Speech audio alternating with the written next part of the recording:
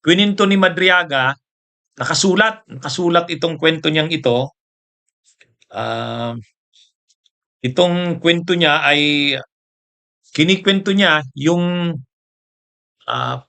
nalalaman niya tungkol sa plano ng mga Duterte na ang plano pala ng mga Duterte, pagtakbo ni Sara na vice presidente ni PBBM, ang plano, kalagitnaan, mga taong 2025, papalitan na ni Sara si Duterte.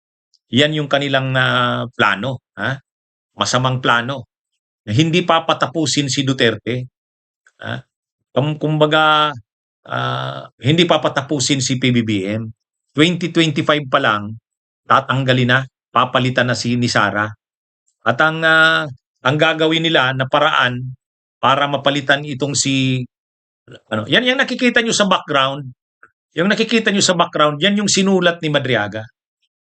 Ang date ng na yan, sinulat niya yan April 11, 2026. So sinulat niya, kwininto niya yung kanyang nalalaman, yung mga nalalaman niya sa plano ng Duterte tungkol kay Marcos, na tatraydo rin pala ang Marcos, hindi papatapusin si PBBM, pagkatapos ay papalitan ni Sara.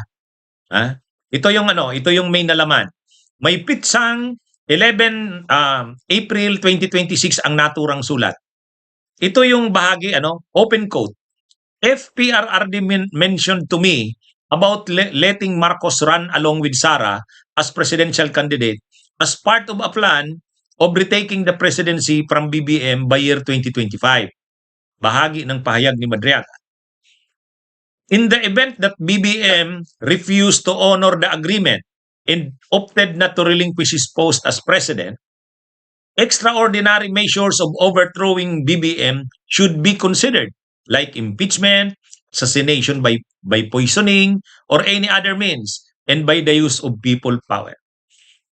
So yan yung laman sa sulat na sinulat na kwento ni Madriaga. So ang nagkikwento ay si Madriaga. Sinulat niya yung kwento niya. Diyan pa natin makikita. Actually, mga kabunyog, binasa ko yung buong text. Binasa ko, English. Kaya talagang yung sinasabi na si Madriaga ay parang hindi magling, hindi marunong. Ito mga kabunyog? Magaling yung English niya. Actually, yung grammar niya, yung construction niya, ng pagkakakwento niya, magaling. Anyway, naman talaga si Madriaga law graduate. Actually, si Madriaga ay graduate ng law sa San Sebastian. Mga kabunyog, graduate si Madriaga ng law sa San Sebastian. Hindi lang siya nakapasa sa bar. Pero makikita niyo, nung binabasa ko yung kanyang binasa ko yung kanyang pagkakasulat, magaling. Yung grammar niya, tama. At saka hindi typewritten yung niya, yung handwritten niya talaga. Pag handwritten, ibig sabihin siya talaga ang sumulat nun. At saka may mga corrections, may mga tuloy-tuloy yata yung flow ng thought niya habang sinusulat niya yun. Tuloy sa aming mga abogado, kapag sinulat lang yung salaysay, mas magaling yun. Mas kapanipaniwala yung sinulat lang na salaysay. Bakit? Ibig sabihin nun, ikaw talagang sumulat. Kapag kasi naka-computerized na, tinype na, na yun? Baka ginawa na lang yun ng abogado, pinapirma na lang sa'yo. Pero ito, siya mismo ang gumawa. At ang sinasabi ni Madriaga, talagang ang plano ng Duterte ay hindi papatapusin si PBBM. So, ang plano talaga nila dito, pipirsahin si PBBM na mag-resign. Kalagitnaan ng term. Tapos, pag hindi talaga siya bumigay, pag hindi siya pumayag, gagawa ng mga extraordinary measures. Pag sinabing extraordinary measures, pipirsahan siya, i-impeach siya, o kung hindi man i-impeach, hanggang assassination. sa pamamagitan ng lalasunin. Ha? Ayon sa kwento ni Madriaga, yun ang alam niyang usapan. Ha? Kasi nandun siya nung nag-uusap, narinig niya yung usapan. Ha? Kumbaga, personal yung knowledge niya doon.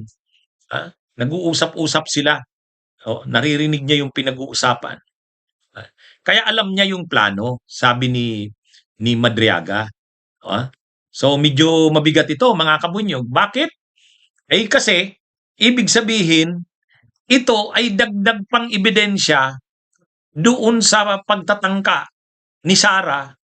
Tas 'di ba sabi niya, mayroon na siyang hinire na assassin na papatay kay PBBM, kay Lisa Araneta at kay Martin Romualdez. So parang dito sa kwentong ito ni Madriaga, ano ito? Pag kinunik mo 'yan, malapit sa katotohanan. Malapit sa katotohanan. At saka ito kung titingnan natin itong mga sinabing ito ni Madriaga, separate pa ito doon sa sinabi niya tungkol sa confidential funds. Bukas kasi mag-a-appear si Madriaga, ang issue doon na isasalaysay niya yung tungkol sa confidential funds. Pero kung gagawan niya ito ng panibagong affidavit, itong kanyang sinalaysay na ito, wala kasi ito doon sa nauna niyang affidavit. Yung kasing affidavit niyang nauna, yung sinumpaang salaysay niya, ang gagamitin lang doon ng Justice Committee yung tungkol sa kanyang salaysay sa confidential funds. Hindi ito tungkol sa confidential funds. Tungkol ito sa masamang balak ng Duterte kay PBBM. Ngayon, kumbaga dito, lumalabas dito, may masama pala talagang plano ang Duterte kay PBBM. Kaya lang, ang sabi naman dito, kaya hindi nagmaterialize kasi unang-una, hindi nila makuha ang suporta ng mga kongresista, kaya hindi ma-impeach si PBBM. Hindi rin sila makakuha ng suporta ng tao, kaya hindi magawa ang people power. Kaya ito yung mga kabunyog, mga kababayan. Ito yung bagong pagbubunyag ngayon ni Madriaga. Kaya itong pagbubunyag niyang ito, dagdag na naman ito. Dagdag. Kaya medyo na ito, grabe na ang magiging galit ng mga Duterte dito kay Madriaga. Kasi binubunyag niya na halos lahat ng nalalaman niya. Binubunyag niya na, yung kasing kanyang naunang sinumpaang salaysay, November 2025 yun. Itong ginawa niyang ito na handwritten niyang salaysay, pero hindi pa kasi ito notarized. Handwritten pa lang ito, hindi niya pa ito sinumpaan . Pero pwede ito na na dagdag niya na naman na sinumpaang salaysay laban sa mga Duterte. Ayan, mga kabunyog. Malamang papagawan siya niya ng sinumpaang salaysay at madadagdag ito sa kanyang mga salaysay na ginawa. Ngayon, ito kasing pagkakagawa niya, handwritten yan. Itatype na yan, pagka-type niyan, inonotaryo. Inonotaryo yan. Susumpaan niya yan nito ni Madriaga. Itong kaya pala ang kampo ng mga Duterte, makikita natin mga kabunyog, talagang ang sinasabi nila Panelo, hindi si Sal Panelo, yung anak ni Sal Panelo, si Paulo Panelo. Sabi ni Paulo Panelo, yan daw si Madriaga, wala daw yan, hindi daw yan daw yan, weakest link. Yan yung term na ginamit ni Paulo Panelo. Weakest link daw yan. Hindi daw maaasahan yung niyan. Mapapasubo lang daw ang complainants at ang Kamara, yung Justice Committee, kapag naniwala kay Madriaga. Kasi hindi daw credible yan na testigo. Nagsisinungaling daw yan. Ngayon natin makikita, kaya pala sinisiraan ng todo ni Panelo, yung si Paulo Panelo, yung anak ni Kaya pala sinisiraan kasi marami talaga pala itong nalalaman. O ngayon, isa-isa nang nilalabas ni Madriaga. Isa-isa nang nilalabas ang nalalaman. Kaya kabaliktar ng sinasabi ng kampo ni Sara na mahinang testigo ito, yung pala matibay, marami pala talaga itong nalalaman. Mga kabunyog. Bunyog, bunyog, halikan na kasama ka. Bunyog, Kapag buklod ay may pag-asa, Luzon, Visayas, Mindanao, isa ang pananaw. Sa bagong Pilipinas ang bunyog isisigaw.